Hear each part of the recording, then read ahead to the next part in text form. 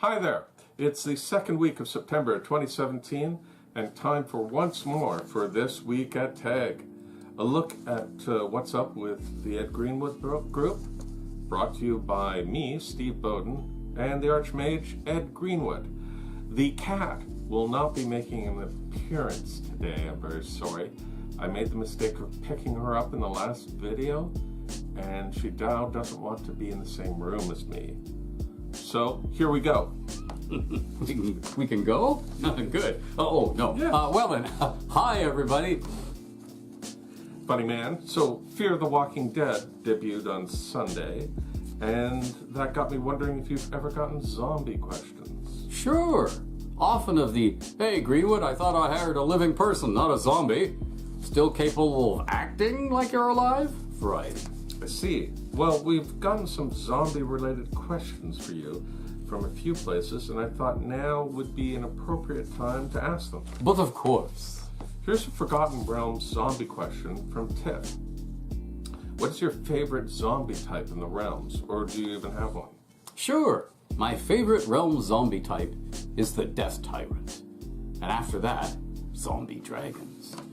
I created both back in 1978, the first to give beholders some guardians and hostile fire attractors, and the second to give dragons and draco-liches, which I also created, the same things.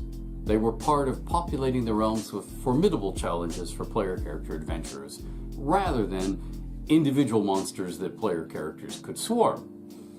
It only made sense to me that smart monsters would guard their homes well enough that they'd still be there, treasure and all, for the player characters to find. Otherwise, realistically, the intrepid adventurers would find empty, already plundered lair after empty, already plundered lair. There's too much real-life disappointment around to heap in-game disappointment on top of it. And another realm zombie query, this one from A-Day. I am running a horror campaign in Faerun and was wondering if you thought a town completely overrun by every type of zombie available would be terrifying. How would you do it? Well, terrifying depends on what frightens your players and how well as you as a DM creepily describe the town. But two things rise to mind right away. How would you keep fighting zombies interesting if there are lots of them and they all have to be fought the same way? And why is this town completely overrun by zombies? I think the answers to those two questions are linked. Something or someone residing in the town is creating teams of zombies and either building an army for a specific purpose or experimenting with creating zombies so they can master the process and then build a zombie force for some specific purpose or other. So I'd have the zombies working in teams linked to living controller creatures, like an officer having perfect control over a dozen grunt soldiers, the zombies being the grunts. The zombie creator doesn't want to fight the player characters and perhaps get killed, so they'll be hidden and have a getaway plan, so they can become a recurring villain, the enemy of the PCs in adventure after adventure. They want their zombies to do the fighting against the player characters. So don't be afraid to have weird zombies, zombie flying whales, zombie flumps, zombie umber hulks, zombie ropers, zombie gelatinous cubes for the player characters to fight. So they have to wonder how best to fight this weird zombie they've never seen before. And have all of these zombies lure or lead the intruding PCs into traps, perhaps tombs, or buildings covered with inscriptions that seem important. Have fun. Fun indeed. Now we have a question from Marcus. George Romero never gave a reason why zombies started appearing, but more contemporary audiences seem to want that question answered. What do you think about it? Leave the origins of the zombie zero mysterious, or attribute the pandemic to a virus or magic gone wild? The answer to that depends entirely on the setting. In the realms or any D&D setting, we know most zombies, still shuffling today, are the result of animate dead magics cast by living individuals. Some settings have zombies be undead, resulting from the living being slain by a zombie, so zombieism is a spreading infection. Decide what you want for story purposes, or what seems most creepy, if that's what you're striving for, and make it so accordingly. Personally, I've handled it almost a dozen different ways depending on the needs or demands of the project I've been working on at the time. Some gaming questions from Waleed. Have you ever used zombies in your games? How do you use them? To add an element of horror, or just as a dangerous enemy, or both? Or something else? If you haven't used them, how would you?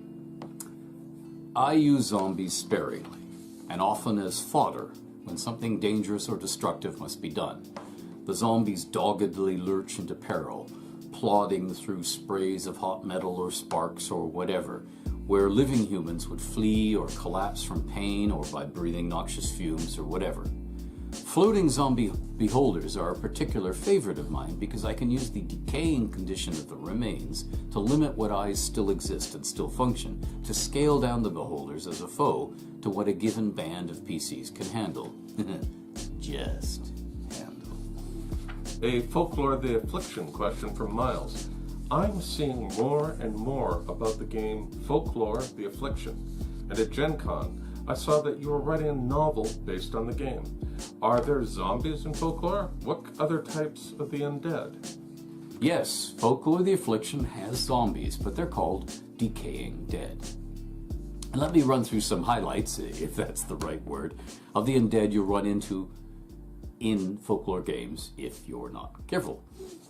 Decaying dead. Corpses that have risen to slowly and mindlessly stalk the night, hunting for the living, as strong as many men, not to be underestimated. Hands of death. These pale, rotting hands reach up out of the ground to grab the unwary. Their monstrously strong grip can rip off flesh and crush bone. Cooks, take note. Restless spirits. Ghostly, wraith-like apparitions, not solid, but terrifying, and rumored to be able to suck out the souls of chosen victims. Revenants, the remains of undead warriors cursed to undeath. No matter how noble they were in life, they are mad and gripped with insane fury. They wield weapons and sometimes command the decaying dead. They can unleash attacks that condemn a target's soul to limbo. Folklore the Affliction, by the way, is the creation of two geniuses who are Twinfire Games, and these undead are how they see horrors known to us through legends, folklores, folktales, and ghost stories. The game also has vampires, flesh-eating ghouls, and assorted ghosts. Well, that seems to be all the zombie questions we have for now. Thanks for answering them. Oh, my pleasure. And if you watch this and have questions of your own about anything, by all means, ask them. We can't promise to get to them immediately, but we do promise to get to them. The links to use are in the description below. What if I want to know more about Folklore of the Affliction, particularly your new novel? Aha! That book is the launch novel for Folklore of the Affliction, a gentle little tome I call The Whispering Skull. You can sign up for a chance to win a free copy of it by clicking the link below. Included will be a chilling folklore short story, Black Aleph, by folklore expert Nicholas Fife. Mention of Mr. Fife brings me to the creatives being creative. This week, it will be our very special privilege to showcase Kimber Gray, who has released her Rise of Faiden series to major e-tail venues.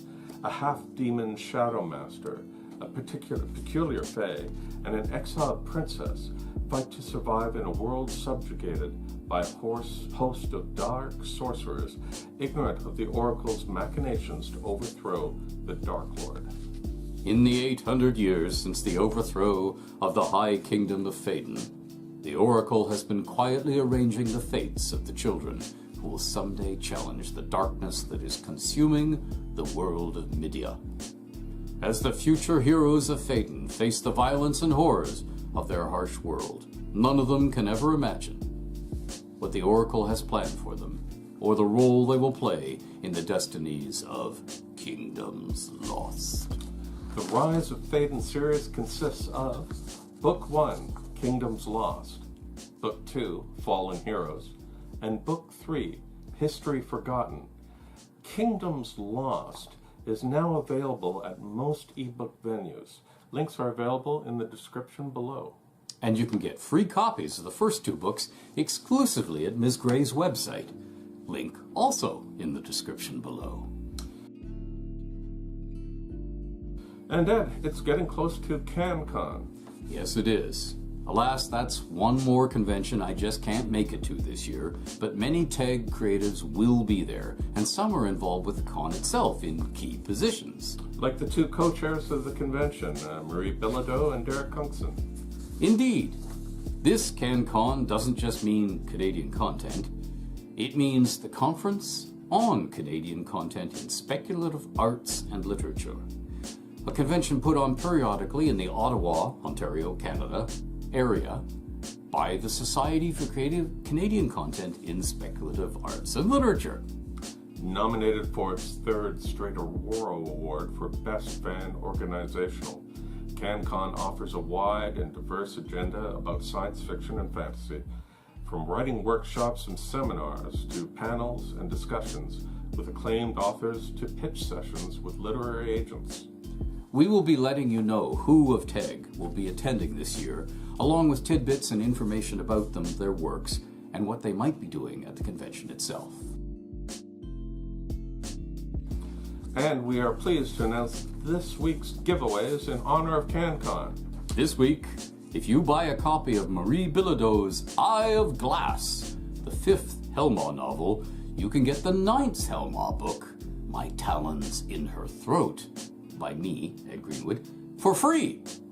This is a buy one, get one free you don't want to miss. Yes, that's Eye of Glass. Following a slight misfire with a prank on a cop involving herself as the dead body, Jada finds herself confined to a small room with only a TV as company. Relaxing will help her regenerate her mostly missing body, but that's entirely too boring for her liking. Besides, she has better things to do with her time, like becoming a model. But when her guardian and keeper vanishes, Jada has to move quickly to avoid capture and save herself, her guardian, and her new human pets. Regenerating will simply have to wait. Eye of Glass is the 5th Helma book, but also the 1st installment in Marie Bilodeau's Bodiless series within Helma. And My Talons in Her Throat. Transformed by his daemon lover, Shanklin Apodar stalks Earth, hunting the Auroran he still loves, but must slay or die himself. Daemons more powerful than any he's yet met, and their human servitors hunt him, thinking he is an Auroran whose shape he now wears. And she is so hated and feared that none of the hunters want her death to be anything like swift or gentle. This book is as a sequel to our very first Helma novel, Your World is Doomed, which makes it book 2 in the Unfolding Doom series within Helma. Just add Eye of Glass to your cart, and My Talons in Her Throat will be automatically added at checkout. And I think it's time for us to check out too. Goodbye now. Goodbye.